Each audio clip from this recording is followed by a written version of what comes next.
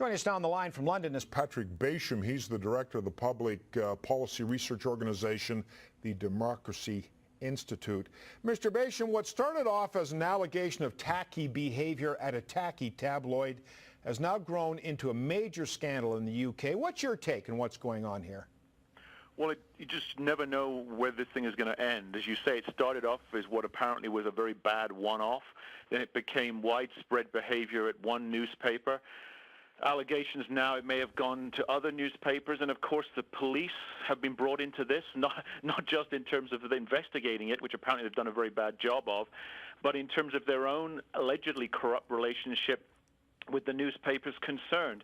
And of course, all of this means that the political class, especially Prime Minister David Cameron, have been brought into it. As you said in your introduction, David Cameron's cut short his trip to Africa because he recognizes he, like the other major players in this scandal, have fumbled the ball so far, and he's got to, if not get in front of this, at least stop being so far behind. He's got to stop the bleeding politically. So David Cameron is involved and has to cut short his trip. Parliament is fully involved, holding hearings now. Apparently, we will be hearing from the major players at News of the World over the next couple of days. What are the political repercussions going to be for this government? Well, they are going to be bad. The only thing we don't know is how bad. I mean, David Cameron's close relationship, he hired Rebecca Brooks' successor, Andy Coulson, who was at the time, disgraced editor of the News of the World, hired him as a communications advisor, became his press secretary in Downing Street. So it's very difficult for him to say he's not connected to this. No one's accusing him of actual corruption, but what he's being accused of is terrible, terrible judgment.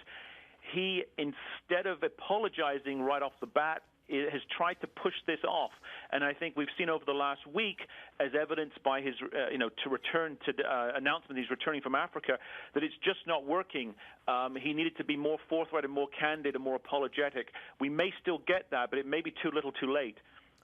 Speak to us about Rebecca Brooks, because we keep referring to her as a former editor, but that doesn't tell the whole story. No, I mean, she was the editor of the News of the World when this hacking business began. It happened on her watch, although she claimed she didn't know anything about it. But that was the end of her editorship in 2003. Since then, she has had a even more influential role. She's been running Rupert Murdochs' group of newspapers here in the UK, which are the most read newspapers and therefore some of the most influential newspapers in the English-speaking world. And during that time, she first became very cozy politically with Tony Blair and his wife Cherie, and then since David Cameron's ascension to the prime ministership, she's become very good friends with David Cameron and with his wife. So she has a political and a personal relationship with the most important political players in this country. She's also been Rupert Murdoch's sort of surrogate daughter for several years. That's the way it plays out. And so we cannot overestimate how important she is in the political establishment in this country, and therefore how serious a hit it is both to Rupert Murdoch and to David Cameron that she's not only had to resign, but that she's been arrested. Over the next 2 days, we're going to hear first Rebecca Brooks, and the day following Rupert Murdoch, the big man himself. They're going to testify in front of a committee, a parliamentary committee. Do we expect them to actually say anything or just deny that they knew anything about what was going on?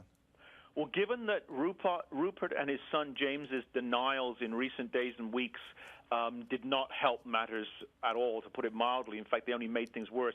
I think the Murdochs may be astute enough at this point to be fairly forthcoming with the MPs and the committee.